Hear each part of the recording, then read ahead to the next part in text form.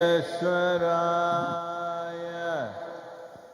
Kala Kala Kaleshwaraya Shiva Shiva Sarveshwaraya Shambho Shambho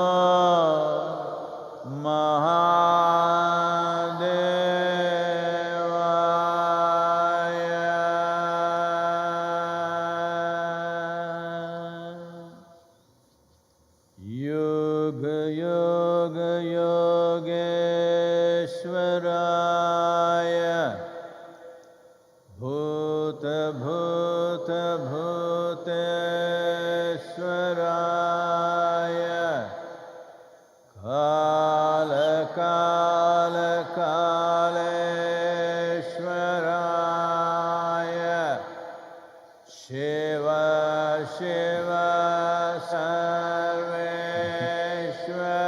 Sarveshwaraya Shambho Shambho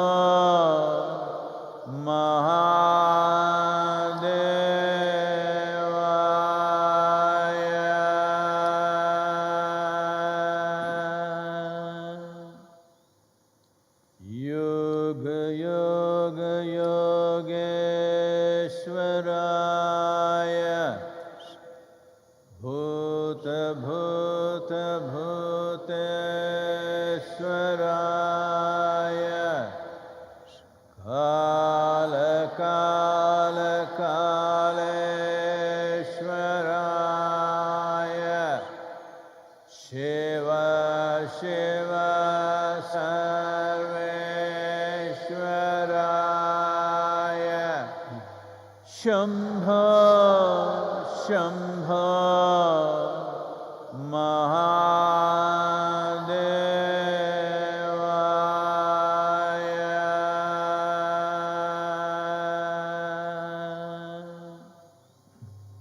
Yoga Yoga Yogeshwaraya Bhuta Bhuta Bhuteshwaraya Kala Kala Kaleshwaraya Shiva Shiva Sarveshwaraya Shambho Shambho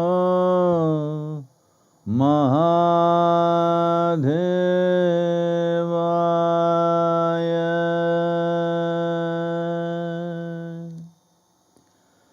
Yoga Yoga Yogeshwaraya Bhuta Bhuta Bhuteshwaraya Kala Kala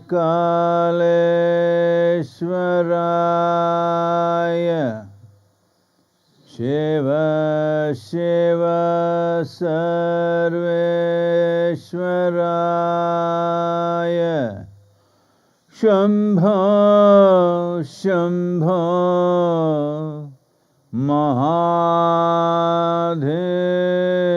Mahadevaya Yoga Yoga Yogeshwaraya Bhuta Bhuta Bhuteshwaraya Kala Kala Kaleshwaraya Shiva Shiva Sarveshwaraya Shambho Shambho Mahadevaya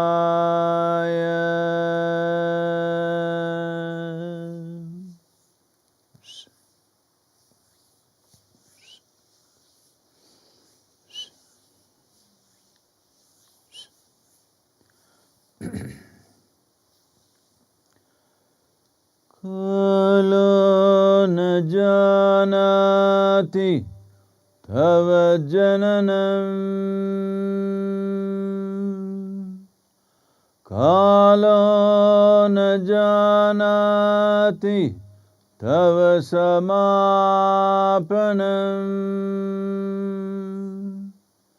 drushto maya tava mahakaraha yogeshwara kala kala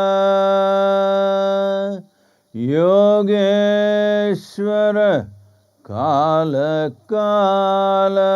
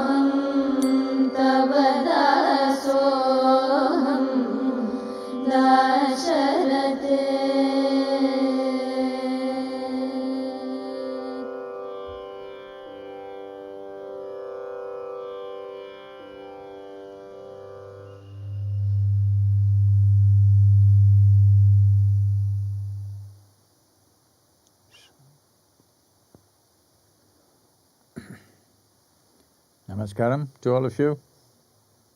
all those who are here, and wherever else you are. First I thought I'll torture you with a few poems for you.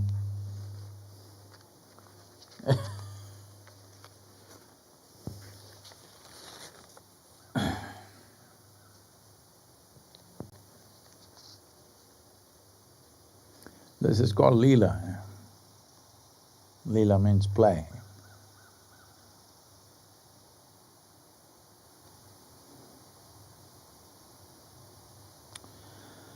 One and only reason why every human being in the world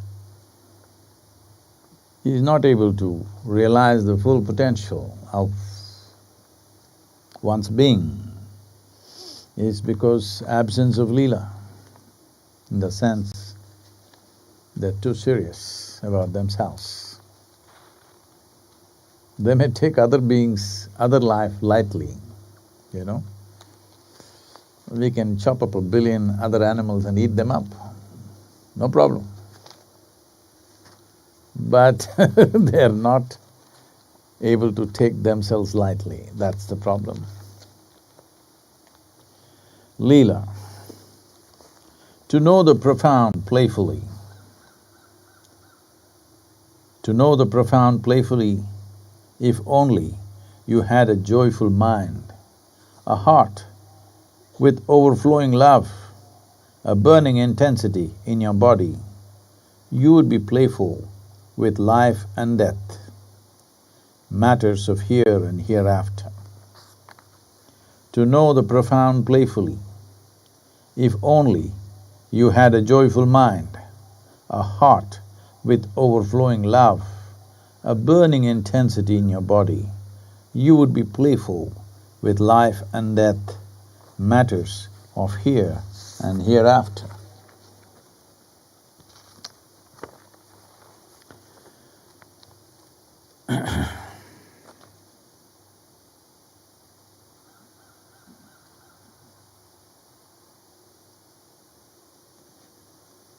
This is called bonding, which is one of the impediments that people create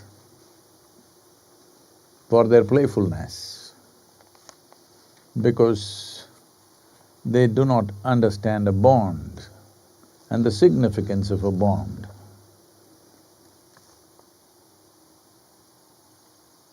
In the process of life evolving, life blossoming, life reaching its ultimate dimension, the significance of bonding. As people make an attempt to possess their bonding, it becomes a bondage. Bondage means no possibility. The body bonds with all that it touches. The body bonds with all that it touches. Mind a fickle friend, but the body solid in every sense. Every bond a sacred connection to Mother Earth. The body bonds with all that it touches. The body bonds with all that touches it. Mind a fickle friend, but the body solid in every sense. Every bond a sacred connection to Mother Earth. Whether you will touch it in your awareness or you will touch it in your grave is a choice. So many choices. Life is full of choices. This is called of nations. National borders, not to cut the world into useless scraps of geography and endless prejudice. National borders, not to cut the world into useless scraps of geography and endless prejudice. Nation needed to keep the colorful tapestry of human history and ingenuity of culture and languages. Nation needed to keep the colorful tapestry of human history and ingenuity of culture and languages. Borders of nature, borders of nurture and bonding, not of dominance and bombing. Borders of nurture and bonding, not of dominance and bombing. Bonding, not bombing, please. Well, today is the 75th anniversary of Nagasaki bombing. Hiroshima and Nagasaki bombings have stood out as two terrible blots in human history where our freshly acquired scientific knowledge we used in a most devastating and disastrous way. Well, since then, we thought peace can only happen by deterrence. Well, unfortunately it is true, simply because we understand borders as absolutes. We do not understand borders as a way of preserving the variety on this planet. We do not understand borders as nurturing the multifarious ways in which human evolution has happened. Human cultures have evolved, languages, literature, many things have happened within enclosed borders. Whether an actual line was drawn or not, there have been nations right from the beginning of humanity. So nurturing these borders is good, because today, unfortunately, because of the internet culture, people think everybody must be same. Well, if everybody becomes same, it'll look… if you dress same, talk same, eat same, you will become like an army, and that's a dangerous process. When the entire population becomes an army, it's a dangerous process, because what is an army without the ability to fight? What is the use of an army without the ability to fight? And what is the use of ability to fight when you can't fight? You need opportunities to fight. Well, we've been very innovative about these opportunities, because many people predicted that after World War II, as disastrous as it was, we don't think in another century another war will happen. But the reality is not a single day has passed since then where there has not been some battle, some fight, some part of the world without… for national reasons, not for religious, racial, caste, other reasons, people are shooting each other all the time. But for national reasons, nation as the cause of shooting someone, not a single day's break has happened since 1944. So this is something that we need to look at as human beings. When I say a human being, the word being is thrown around too loosely, not understanding that to be a being is the highest privilege on this planet. No other creature is a being, it's a human who is a being. What this means is, we have the choice to be the way we want to be. How far away from that are the general human populace, unfortunately? Because if we really exercise the choice of being the way we want to be, I'm sure everybody has enough intelligence. Everybody, irrespective of who they are. Everybody has enough intelligence to see that it's better to be in a pleasant manner than in an unpleasant manner. But for some reason, I think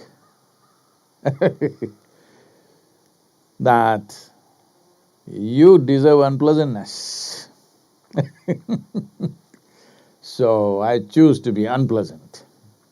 This is the position of individual human beings, which organizes itself into larger groups right now in this world. The largest groups are probably nations and maybe religions.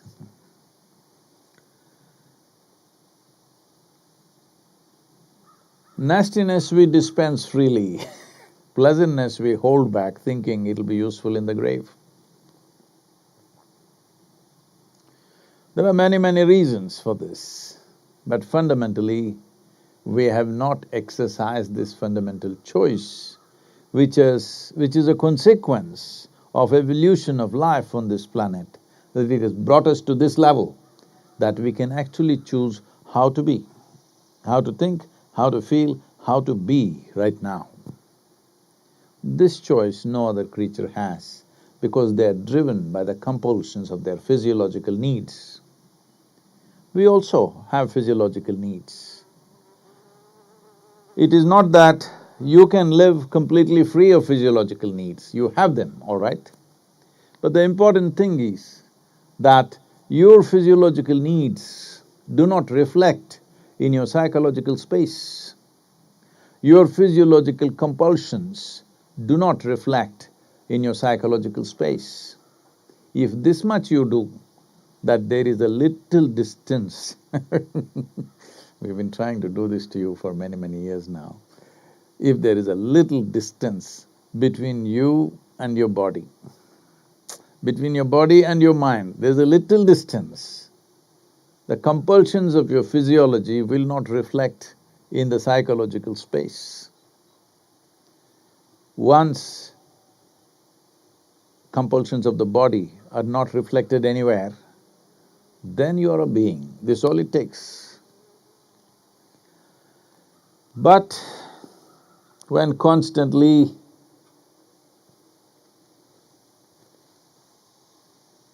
how did this happen? It's a tropical flower.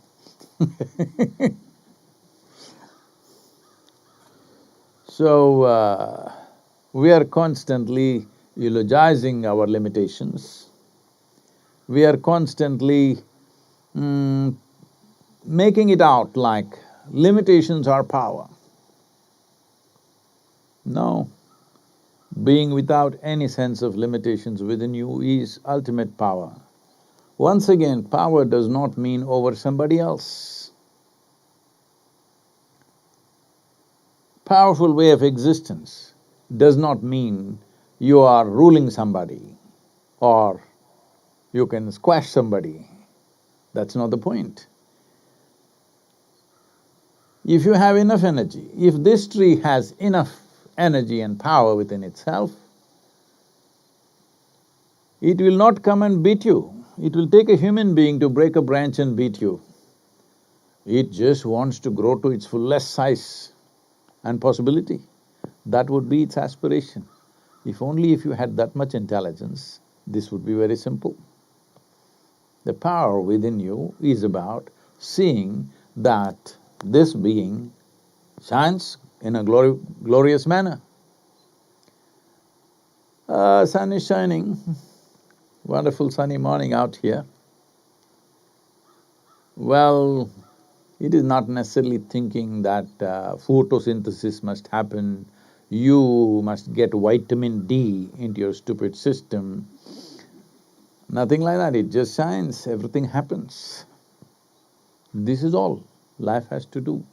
This is the privilege that nature has offered to a human being, that you are little more, significantly more than a physiological process. This means you've reached a place where your existence is not about what you're doing physically, your existence is about how you're being right now. It's in this context only when this dimension becomes an aspiration within you, only when this dimension in some way has inspired you to seek to be beyond physical mechanizations of life, which are needed of course. Without the physical platform, there is no life. But only when this happens, a guru becomes relevant. In America, this is a four-letter word, guru. I heard a very popular a television anchor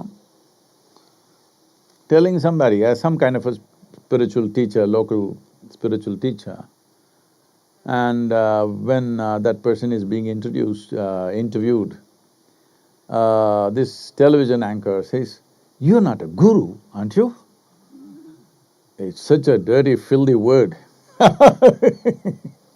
Then son is a filthy word, because that's what guru means, one who dispels darkness. Just a few hours ago, it was dark here. Darkness is gone, not because of something, simply because the sun rose. So what we are referring to as a guru is not a person. Well, because… who's that other guy talking to me like this? In an open space, why is there an echo like that? The trees are throwing things back at me. Another guru, see? Well,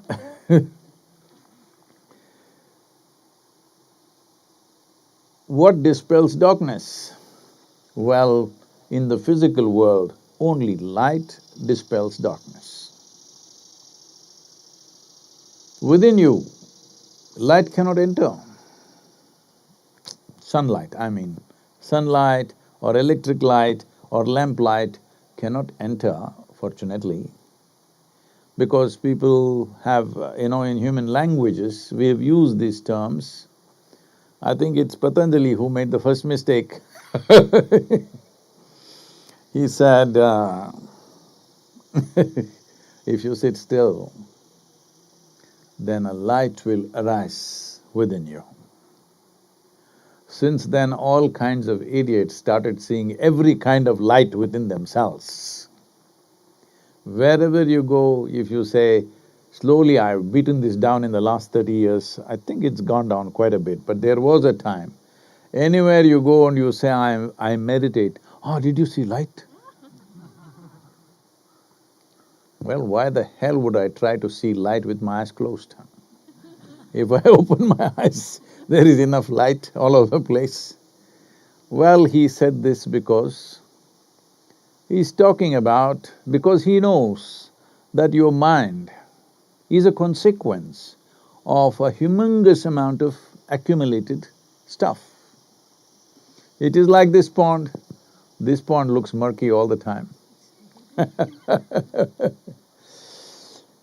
But normally, if you leave it, all the sediment will settle down and the water will become clear. But if you take a stick and stir it up, once again the mud is up. So in that context, he's saying, if all your life you've had a murky mind, if you simply sit still, if you give it enough time, all the sediment will settle and there is clarity. Suddenly, a new light has come. It's a metaphor. There is no other way for a human being to understand that you can see better. I can see better means there is light, that's what it means.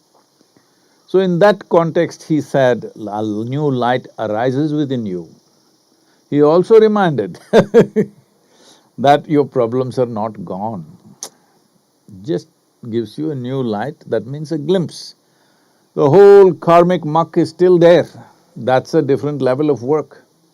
But at the same time, if you learn not to put your hand and stir it up every other day, then even if it is there, what is the problem?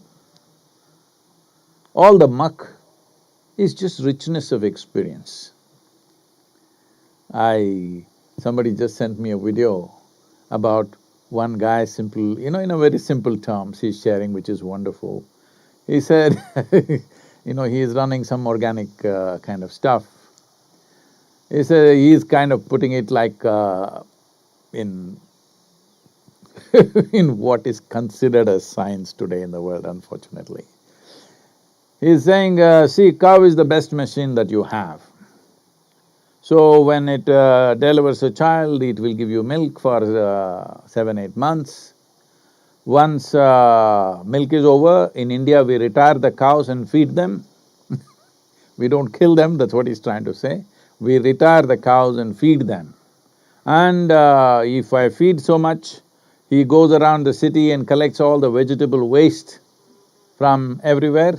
I feed it now at 10 o'clock in the morning, and by 5:36 in the evening, dung will come out. So this dung is very rich in methane, the vegetable is not rich in methane, this is very rich in methane. I got a gobar gas plant, I put it there and it generates gas. I need light by 6:30 in the evening, my lights are on. And I take this residue that comes out of the gobar gas plant and put it there into the earthworm pit. And within 72 hours, the richest possible manure that you can have, the vermicompost, is ready, and immediately I can put it back into the earth. And in case there is something that the cow cannot eat, then I have chicken. Chicken, like worms, the major part of their diet is worms, so if you just leave something there, it rots, maggots will come, chicken will eat that and it will transform worms into an egg within 24 hours. There's no machine in the world which can make worms into eggs. So when you have omelette, you're actually eating maggots within 24 hours.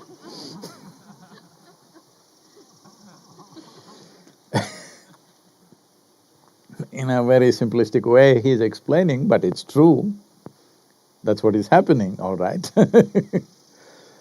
So, what is food becomes something else, what is mud becomes food, and like this it's going on. In this whole process of life, the moment you take your individuality too seriously, you become an opaque self. Because you're opaque, sunlight is not entering you. Why sunlight is going through this air, though it is air is everywhere, you know this? Hello? It is going through air in such a way that you can't see it, though it is vital for your existence. But why is it not going through you? Because you are opaque physically, that's good. Physical opacity is all right.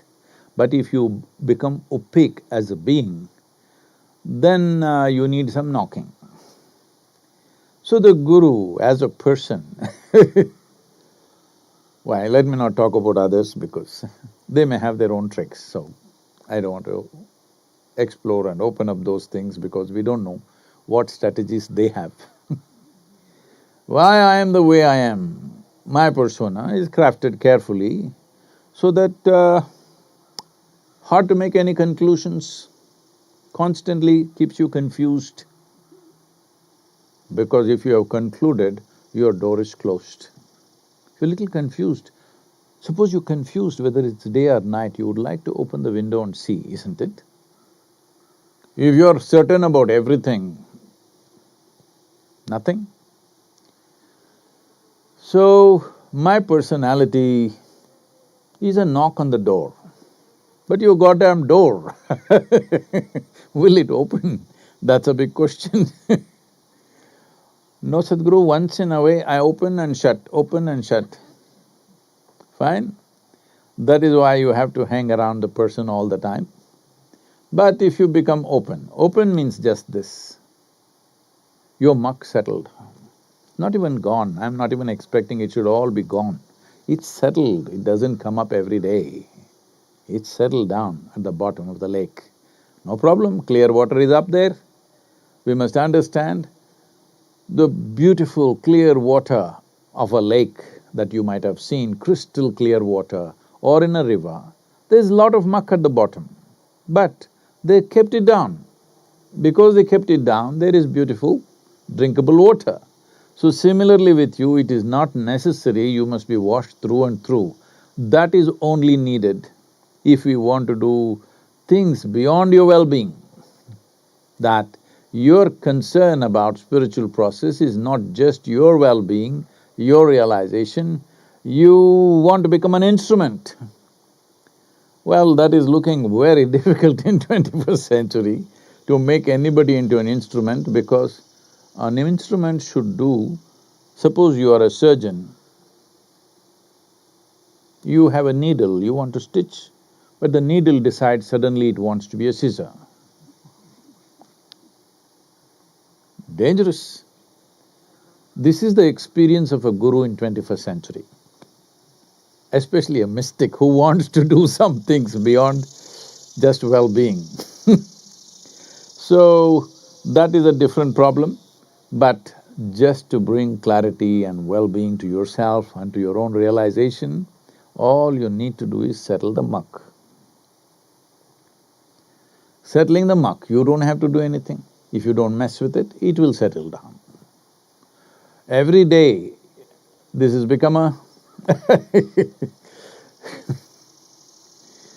Yesterday I was calling somebody, you are a progeny of Sigmund Freud. Every day picking up your muck and you think you're analyzing it, all you're doing is, you're stirring it up all over the world. With this, if you ever think there will be clarity in your life, all the best. I am doing this, not this, you must notice that. I will tell you someday why. All the best, because you will be an eternal mess, just know this. Because you have not understood the fundamentals of human mechanism, especially your psychological space. Now everybody is on the internet, everybody knows kidney function, this, all kinds of chemical names everybody is throwing out. Sadhguru, my bilirubin, I said, where the hell did you see? Leave it to the doctors, you just say, this is hurting, this is hurting, this is hurting, you can say that. You don't say all these things because you don't know a damn thing about it. It's just like the same thing in the so-called spiritual world of the 20th century. Everybody is talking about aura, chakras, energy, and how they're cleaning the chakras, aligning the chakras, wheel alignment, you know. This is going to mess you up very badly, because all you're doing is stirring up the bottom of the lake. You will always be a murky lake, you will never be clear water. The difference between clear water and murkiness is just that one has allowed it to settle down, another. Only because there is murkiness, all these lotuses and lilies are blossoming, isn't it, here in this lake? If you wash it clean, the bottom of the lake, what will come out of this? Nothing will come out of this. It'll be a water tank, it'll not be a lake. So it's all right, there is lot of muck, but there is no need to bring it up to the surface, because it's most useful where it is. If it comes up, it blocks up everything. So a guru is a presence, not a person, a certain energy, a certain possibility. To make use of this, all you have to do is open your door. All you have to do, open your door means, Sadhguru, how do I open my door? You know, Hanuman opened his chest, should I do that? No, I don't want to see all that ugliness within you. You're pretty ugly inside, you know. It's a great mechanism, but not a aesthetic one. Hello? Physiologically, I'm saying. Nobody wants to open the stomach and look inside. There's nothing very pretty out there. Yes, useful things, but not pretty. So, opening does not mean there is some mechanism that you have to open. The only block is you. The only block is you as a person. Why somebody is being referred to as a guru and somebody is not, is simply because one has a personality which is opaque, standing in the way. Another has either made himself transparent or learned to move aside. One of these things you must do. If you become absolutely transparent, then there will be certain amount of functional loss in the world. So, At this stage, for most people, it's better to learn to stand aside. You must try this next time in your home. When a guest comes, you open the door, but you just stand in the way. They will clearly understand this is not a welcome home. The moment you open the door, you stand aside. This is a simple sense every human being has. So Guru's persona is just a knock on your door. When you hear the knock, you must stand aside. As I have repeatedly said, I have initiated more people who I have not met than people that I have met. I think in the next few months I am seeing how to take this to a next level using technology. Because if people can use their scientific knowledge and technology to burn out a city or two, I thought we can use the technology to really light up millions of human beings. I'm looking at… see, the only restriction that why is it we can't sit here in this darshan and just initiate the whole world into a meditative possibility, or let's say Shambhavi Mahamudra, why can't I initiate all of them straight away? The problem is they are… evolutionary issues are there. They're distracted, they're not focused. If you can get the whole world focused for a small period of time, my idea of small period of time is 3-4 hours. If you can keep them absolutely focused, the entire population, right now, this morning, we can initiate the entire world into a practice. Believe me, we can prove this to you. They don't know we're teaching them, they just stayed focused. But by the end of 3-4 hours, they will know how to do Shambhavi Mahamudra. We can do this. But how to get them focused even when they're in your physical presence? You know, these days, it is not only your body that is itching. The screen, the phone screen is always itching. Hello? Ping, ping, ting, ting, it's going and you have to do it, and if it's not happening, you're worried, why is it not happening? Why is nobody paying attention to you? Why is nobody sending you this and this and this? And in America, this. Why somebody is not sending you some sign? Because culturally you've been trained to look for signs everywhere. You getting it? Well, if you can stay focused, this can be done. We will be doing a large-scale effort in this direction where we can initiate a large mass of people. The struggle is to make them focus, so all our Isangas, our teachers, will work to get a substantial number of people stay focused, and then we will initiate them without physical presence. This is going to be a significant step. Thanks to the virus that we are making this effort. It's always been on my mind, but you know, we've been doing it with physical presence, so we didn't really make the needed effort. Now we are making this effort, and if we successfully get them focused, initiating them is not the problem, wherever they are. Because this is not like a electric light, can I focus it here? Can I focus it behind the wall? This is not that kind of thing. It is happening, all it needs is focus. If the focus is there, transmission is effortless. Where there is no transmission, there will be no transformation. Teachings can change you, but cannot transform you. Transformation will happen only when there is a transmission of something that opens up different possibilities within yourself.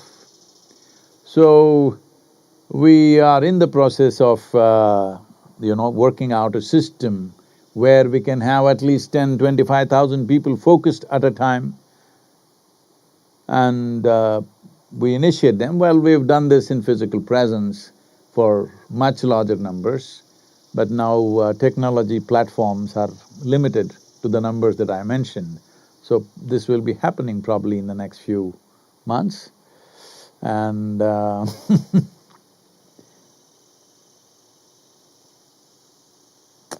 this is an unfortunate remembrance. We celebrate anniversaries of everything, don't celebrate this day. This day we must remember always, the day Nagasaki was bombed. That too by chance, look at this. It's not like we wanted to kill the people of Nagasaki. We wanted to drop it on another city. And that city had too much cloud that day. Those days, the bombers did not have the kind of technology they have today, they had to physically see it. So there was thick cloud over that city. So they flew to another city and dropped it there. The randomness of it is even more cruel. It was not even a focused effort to neutralize something. It is a random effort. It's okay, somebody you bomb, all right? Either this guy or this guy, what does it matter? Shoot somebody. These days you're seeing this, shooters are coming in public spaces. They're not planning to shoot somebody who is their enemy or somebody with whom they have a fight. Just shoot somebody. Well, the entire movement of what you are referring to or what we are referring to as terrorism is just this, shoot somebody. Shoot this particular person is human enmity. I'm not saying it's good, but at least it is controlled by its own nature because it's focused on a specific person. Terror is a terrible thing because shoot somebody, it doesn't matter who. Man, woman, child, if you don't get anybody, shoot the dogs on the street. Anything, shoot something. So, this nuclear bombing, which in 1944 was a fresh exploration into science and technology. It was new. And just bomb somebody. And it was nicknamed Fat Man. All of you.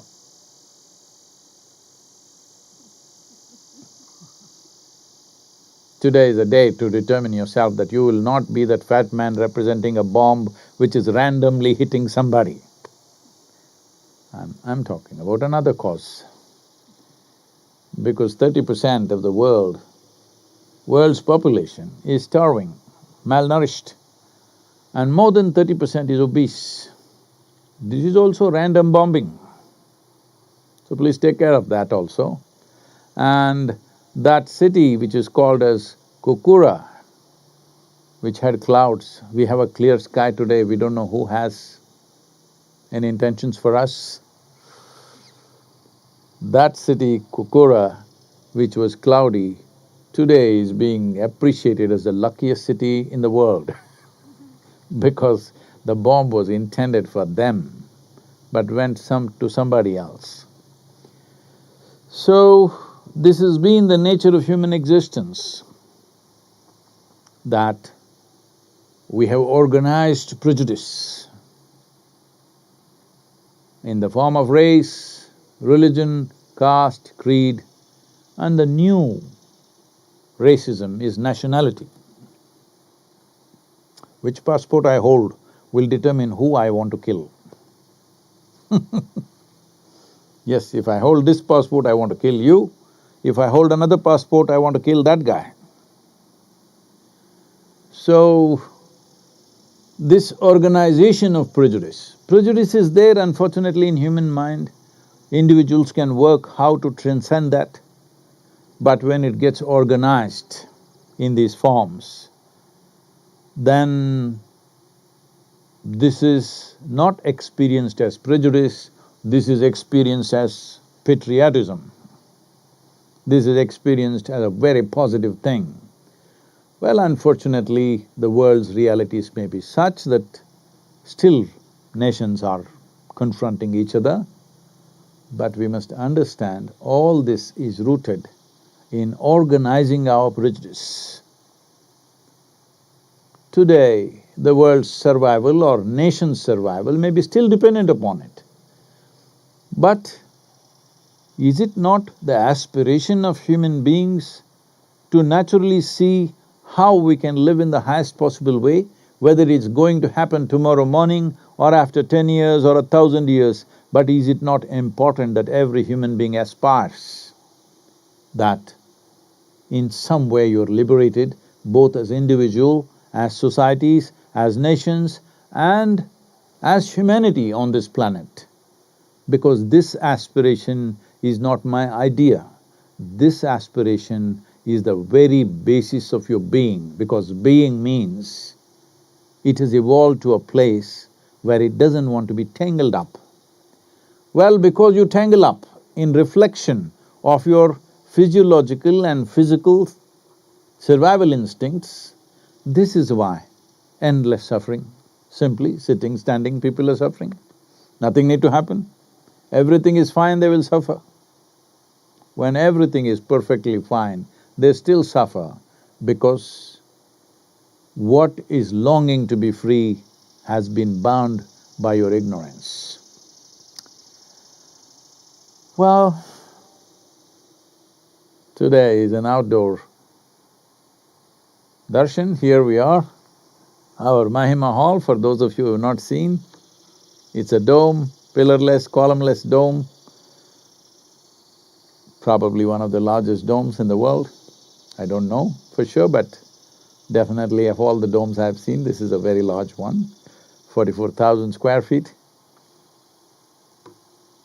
It can accommodate a couple of thousand people sitting for meditation, but today because of the virus, only 300 people can sit.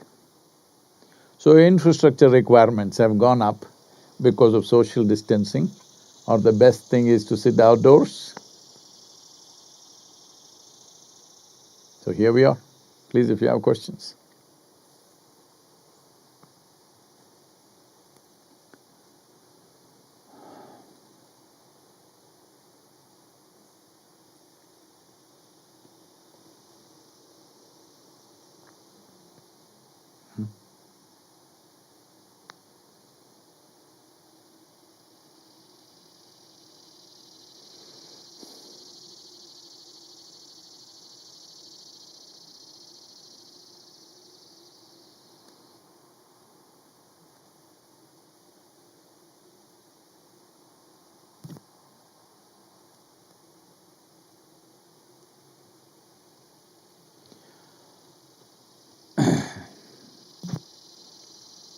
I'm waiting for question.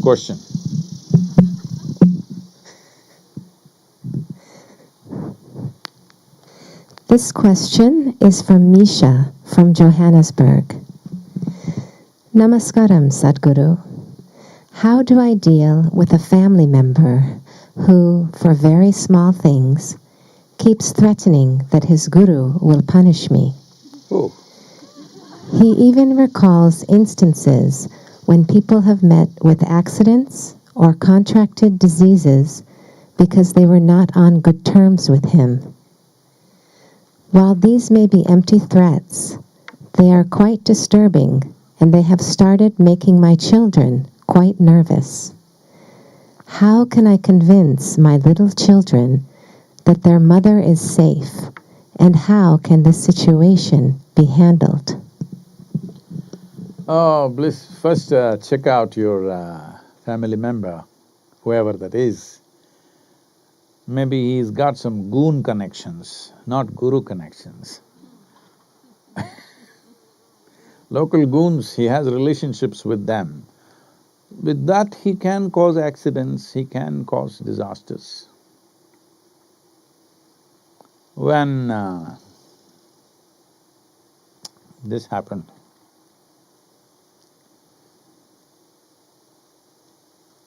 Shankaran Pillai went to a bank for a business loan. He had a legitimate business running successfully, he just needed more money to advance and enhance a few things. Or the bank manager in his arrogance. No, this happens usually. Businessmen who are worth millions go and sit with a manager who doesn't earn 10% or not even educated that much many times, acts like he's the ruler. It happens everywhere in government offices, in the governments, in the banks, because whoever holds the key to the money acts big. This happens even within families, all right.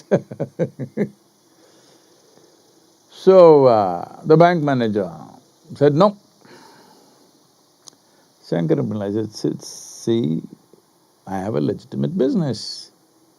I'm running a very profitable business, all I need is little more money to get going. Bank manager says, no. This was his bank, but now this manager says simply no without consideration. So he walked to another bank on the same street. He went and spoke to the manager and said, this is my need. That manager immediately provided him the necessary loan. So Shankaran Pillai walked to the fish market, bought up 2 kilograms of rotten fish, wrapped it in paper and went to the old bank where he had a safety deposit box. He took out all the documents, everything that he had there and put the fish there, closed it and went on with his life. So your relative is just trying to do that, to put some rotten fish in your head, okay? So, you need to take care of that. Because people can put rotten fish in your house. How is it that you're allowing people to put rotten fish in your head? People can put rotten fish in your head because you've not taken charge of your head first of all. You left it in other people's hands. It's a very precious property. Doesn't matter if you lose your money, don't lose your head.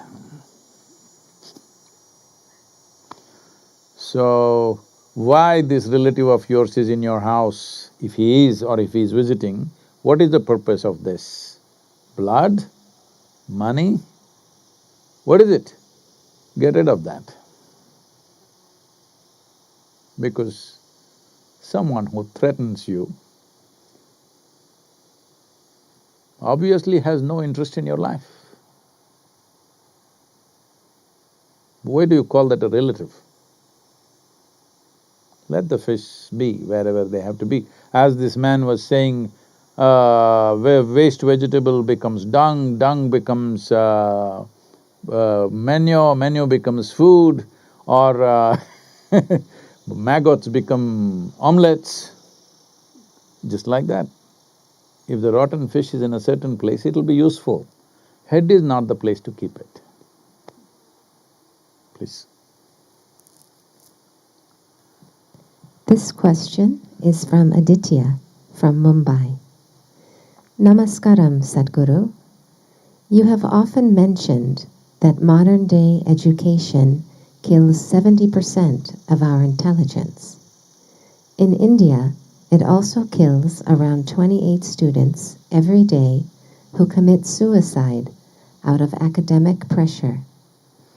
In a much-needed move, the government of India recently announced sweeping changes in the education policy for the first time in 34 years. I am keen to know your review of the new policy.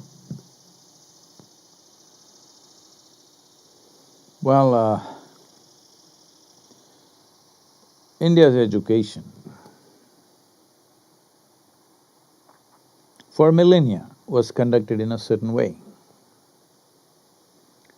where education was designed to integrate you into life process, without life process overwhelming you, that everybody had freedom to choose, Probably if you look back 1,000 or 1,500 years ago, the only culture on the planet where nearly 90 to 95% of the women were literate is India. Nowhere else this happened that long ago. Education is very, very recent for women in the rest of the world. I'm telling you, all ladies, recently educated. But education was part of both male and female populations in India for a very long time, which changed in the last 600 to 800 years because of aberrations that happened to that culture. And about 150, 200 years ago, a more organized aberration came, where the English tried to educate Indians the way they want. Very clearly they defined it, they had no ambiguity about what they wanted. They said they may be brown of skin, but they must think like us, their values must be what ours are. Like this they went on.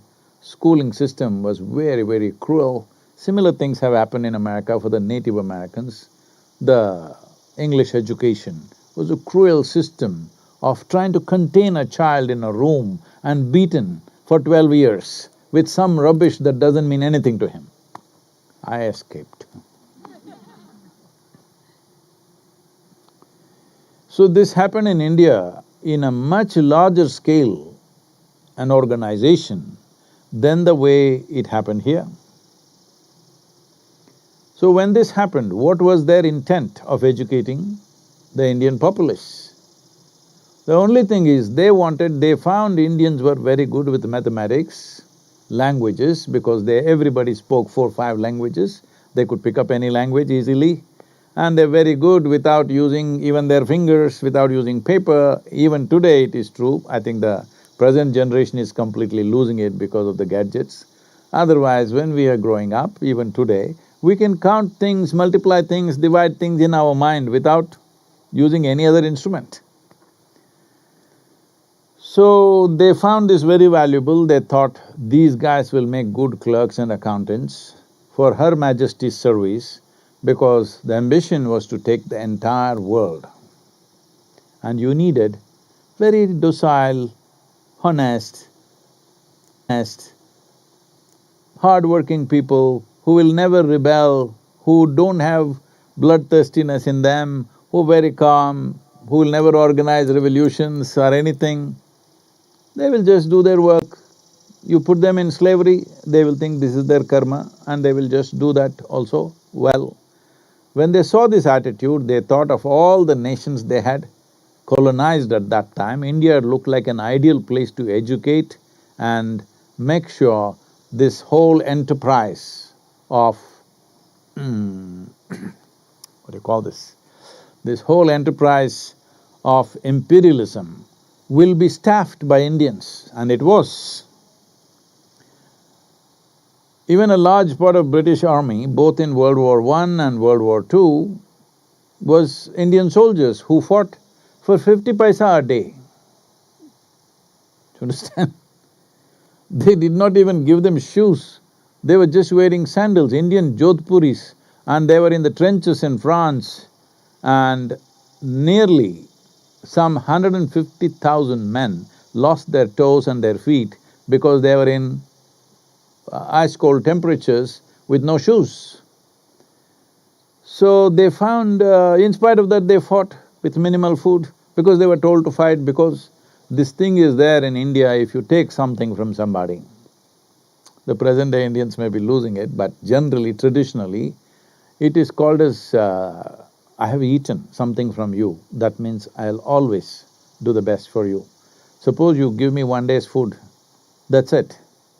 Only 1 day you fed me in my life, I'll always remember that and always serve you in the best possible way for that one thing. So this is called namak, that I've eaten the salt from your hands, because this comes from the understanding of Runanubandha. If I've taken salt from your hands, that means we are one. So they used this in a big way and educated Indians the way it is necessary to fill all the clerical and accounting posts across the world, which they fulfill pretty well. But in this education process, the most important thing is obedience, not intelligence, not ingenuity, not unfolding of individual genius. It is obedience. You must obey, otherwise you'll be punished. This was brought in. Maybe in the current generation, according to the Indian laws, you can't beat a child in the school, but when we were growing up, why should I tell you all this? I don't think… almost every day, I never came home without being beaten for something. Like this, sometimes they get cruel like this on the knuckles, tamal. So I went there only when it was absolutely necessary, because what are what are they trying to do? So, this education system mildly was transformed in 50s and 60s, a little bit of change, but didn't have the courage to shift it totally, because changing a whole system can lead to collapse. Did not have the wherewithal and the money and the finances to do it. I'm glad, though it took so much time, at least now it's happening. I feel it should have happened much earlier. We could have done this in 90s, but it came to 2020 and now we are making changes. If you ask me personally, I'm very appreciative of the changes that have happened, but I'm not satisfied because I would like more drastic changes. First thing is liberate the children from this tyranny. Everybody is talking about… even day before yesterday I was in conversation with a minister. Well, if a child goes to farm with his father and learns how to farm, this is called as child labor, and the father can be arrested because he took his son and made him work there. But school is a horrible labor, in my experience it was. Now we are trying to create schools which doesn't feel like labor, otherwise… and it's a tyrannical labor, because this moment you tell me you learn this language, I'm just beginning to read and understand, tong, you ring a bell and you say, suddenly I learn mathematics, and tong, I learn chemistry, tong, I learn physics, and tong, a stupid guy comes and tells me moral education. Well, this is tyranny of the worst kind. At your whim, you try to change and shift the child's focus from this to that to this. You think this is bloody schooling, this is a bloody factory which doesn't produce anything significant. This is a factory designed to feed other factories. The whole education system is designed, unfortunately, to cater to the economic engine that is running, which is your personal interest, it's not child's interest. Education should be about blossoming a human being to their fullest. Well, this may sound too idealistic. Are we capable of doing this in the nation? Should we not produce accountants? Should we not produce engineers? Should we not produce medical sciences? Yes, we should. I'm not questioning it. Tell me, at the age of 6 or 7, you are trying to understand how, let us say, how hydrogen and oxygen comes together and becomes water. Tell me, did you really understand or did you just start believing it? So you are propagating a new religion. Nobody understood how 2 parts of hydrogen and 1 part of oxygen became water at the age of 7 or 8. Even now you have not understood, as far as I'm concerned. I have not. So you just start believing it. So if all you want to do is propagating a new religion which doesn't get you anywhere, well, all the best. At least now there is an effort to make this more relaxed, that what is said in the school is not absolute. School provides an ambience for the child to interact with his own age group and also develop a thirst for knowing. This is all a school should do, to inject a new level of thirst to know something every day, new. And of course, information and other things are available, especially today, in today's world where information is everywhere. Propagating information is no more a school. A school should become largely an inspirational place. Information is available everywhere. What human wisdom could not do, it looks like the virus is doing. Now suddenly everybody is I've been talking about this incessantly for the last 10, 12 years. It is time, there is nothing being taught in the school. The only purpose, our schools are like this, we don't have trained teachers. Only people who are well educated, who are well behaved, who are well cultured, creating an atmosphere of inspiration and nurture, so that they don't take to wrong things. They don't take to anything which is damaging to their life. That's all the concern is. Rest of it, let them grow up. First of all, these words which have gotten implanted into human psyche and in the languages, it's only in America I hear this. When I ask people something about their background, they say, I was raised Jewish, I was raised Catholic. Why are you being raised? Only cattle are raised. Human beings should not be raised, human beings should grow up. If human beings have to grow up, there is a certain ambience and atmosphere that is nurturing for their growth. That is all a school should create. Right now, if you want these plants to flower, you don't go there and pull flowers out of the plant. All you do is maintain the atmosphere in the soil, water, sunlight, whatever else it needs, you just maintain the ambience, the plant will flower. You cannot make it flower. Right now, school looks like you want to pull flowers out of people's heads or whatever else. No, you're only interested in pulling money out of their heads. Because the entire damn world has become economy, economy, economy, all right? Economic system is here to serve humanity. Humanity is not here to serve the economic system. I think that's in that sense, without disrespecting unfortunate loss of life and suffering that people are going through, our hearts are with you for that. But in terms of relegating the economic system to secondary level from being a primary thing has been in some way achieved by this virus. Right now, staying alive and staying healthy is more important than how much bank money you got. It's a very good happening for the human beings. This should have happened of our own wisdom, which is what these centers are, where nobody is thinking money. We are living in a way that there are many people who are living with me who not thought money for the last 10, 20 years, because money doesn't mean anything to them.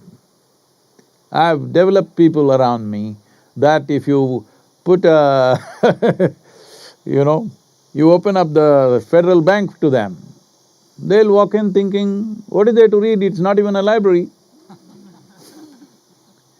Because it doesn't mean anything to them, because what money can buy doesn't matter to them. Of course, we all eat, all this is there, but for that you don't have to run such a horribly destructive economic engine which is just ripping the life out of this planet. So, in this, if you want to correct this can't be corrected by crippling the economy, this can only be done by transforming our education system. So this effort is very appreciative, in many ways it is positive, but still, for me, it is still coming from too much fear.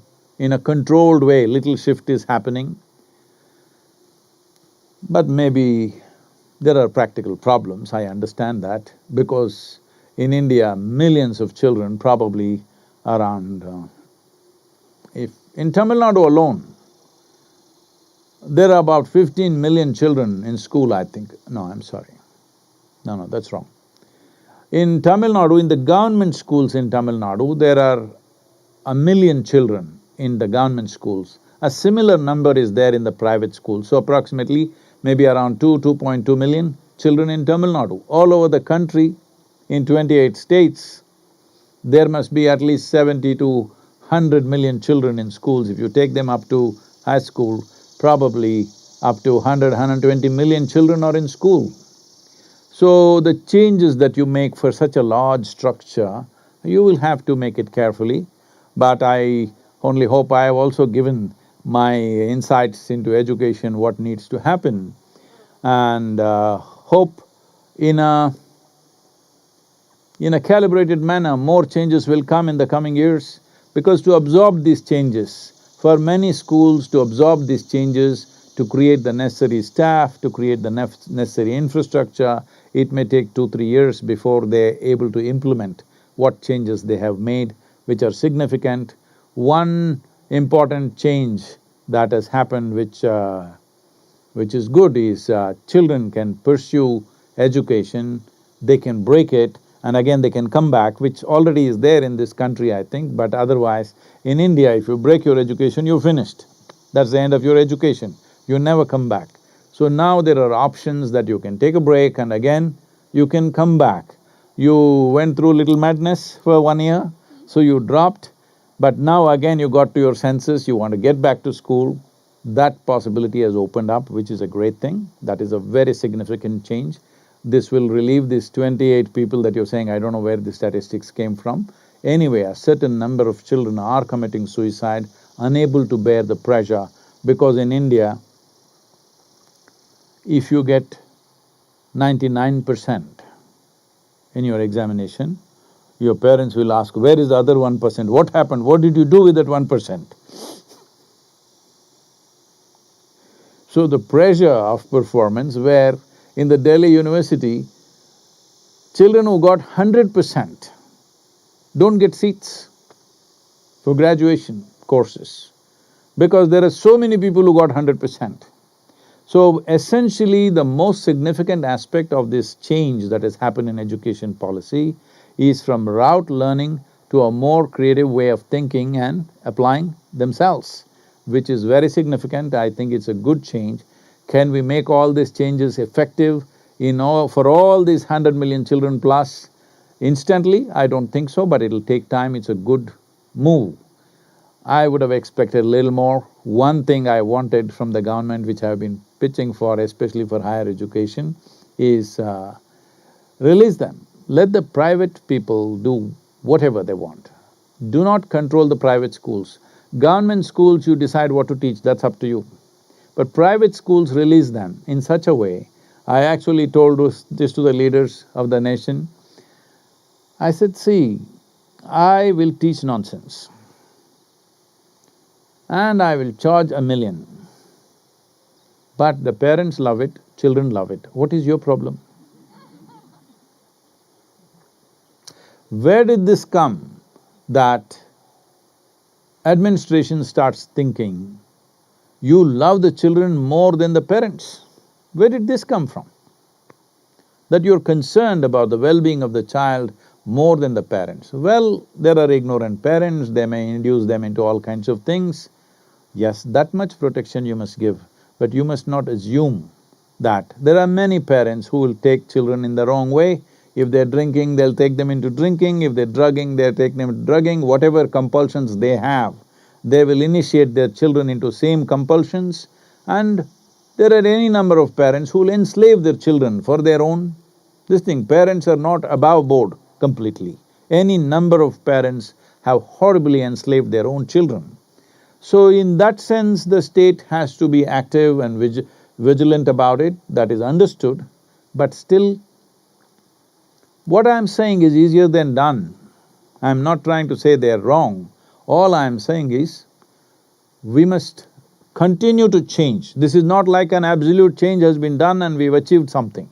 We must continue to change. Every few years, more and more relaxation should happen. Education should become a joyful choice, not a compulsive extruder out of which you have to come out in a certain shape. This needs to happen everywhere in the world. In India, it's necessary because it's a massive population. We need to bring a possibility where education builds beautiful human beings, not soldiers. Well, soldiers have become necessary in the world only because we have created a world full of confrontation. At least within the given society, we can avoid the soldiers. At the national borders, unfortunately, we still need soldiers. This also would go if economic disparity in the world largely gets equalized, either by everybody going up or everybody coming down, one way or the other. If there is economic disparity goes away, you will see national borders will not mean much. That needs to happen. But we are doing everything possible to see that doesn't happen quickly, because imperialism is being practiced in so many ways, in so many subtler ways than before. And new forms of imperialism is being developed in various parts of the world. So, evolution of individual human being is most important. This is where education is vital, that it is evolution of individual human beings on this planet. But right now, educated people in this world, in the last 200 years if you look at it, educated people have been the most cruel people on the planet. Educated people have been the most destructive people on the planet. Even ecologically, it's only educated people who are destroying this world. Illiterate people are not doing such things. Even now, it is only in the cities across India, reasonably educated people who are a big virus threat, the rural population anyway maintaining social distance.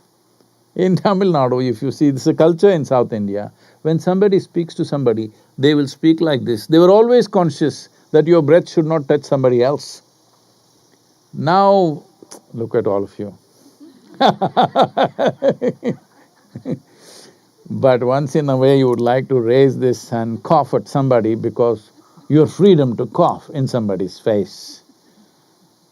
You know, this is being… protests are being taken out. Why can't I infect somebody? That is the way the world happens.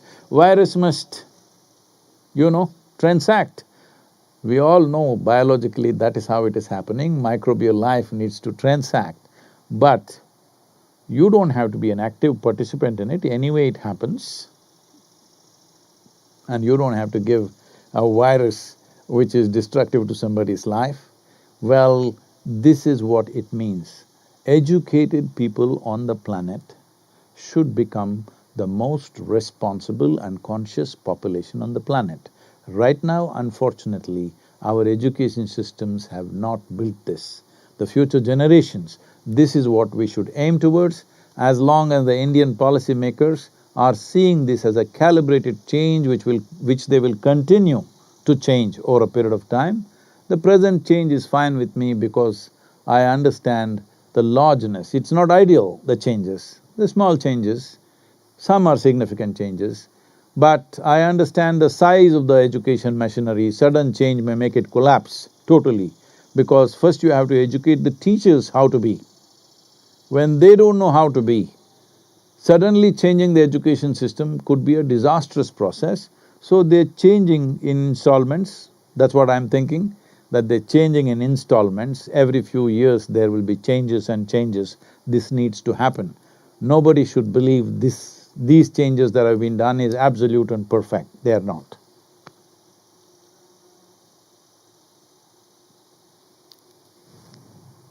I think our time is up.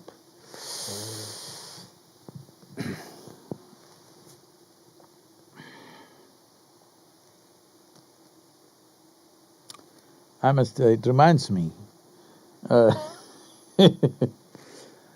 I never understood why, but it was fine with me. See, by the time I finished my graduation, which is 12 plus 3, 15 years of education, I have been in 13 different institutions.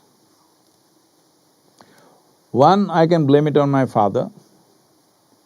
because he was working for Indian Railways and he was being transferred a little bit. That is one cause. But even when we stayed in one city, still I changed every year. This happened. One day, Shankaran Pillai applied for a job. Then the interviewer looked at this and said, asked many questions, which all he answered properly. Then he said, "You have left over 15 jobs in your career. You're only 40 years of age, you left 15 jobs. Why is that?" Shankaran Pillai said, "I never left any of them of my own intent." That was so for me also. I never wanted to leave the school for some reason. They put me in another school and another school and another school. Well, I think we have also announced this Sadhguru exclusive. I think Creative has already gone, is it? So, this project is coming up soon, most probably in the month of September. Hopefully we will time it for September 23rd. But because of technology platform limitations, if you want to be on it, you must go quickly. I think pre-registration is already open. You need to download Sadhguru's app and be prepared to experience Sadhguru exclusive very soon. So what does Sadhguru exclusive mean? Well,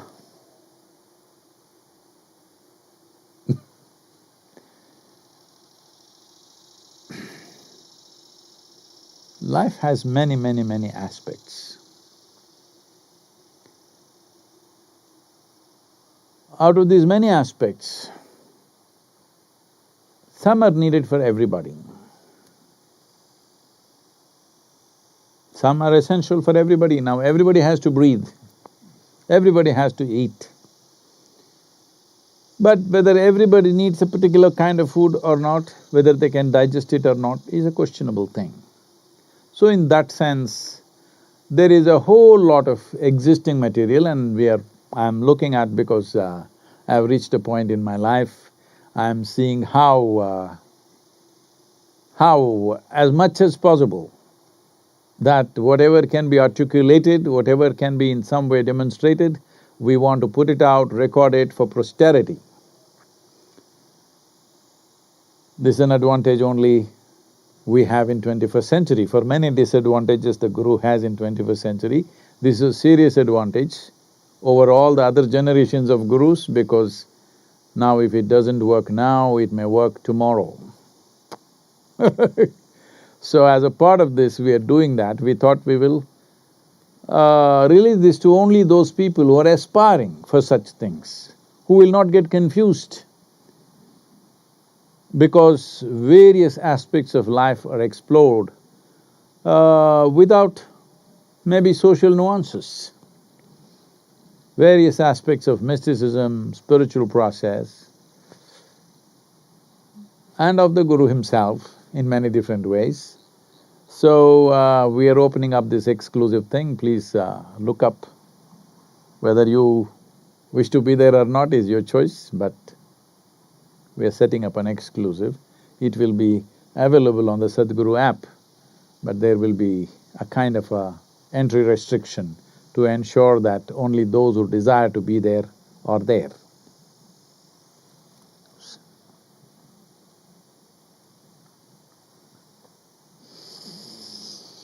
Yoga Yoga Yogeshwaraya Bhuta Bhuta Bhuteshwaraya Kala Kala Kaleshwaraya Shiva Shiva Sarveshwaraya Shambho Shambho Mahadev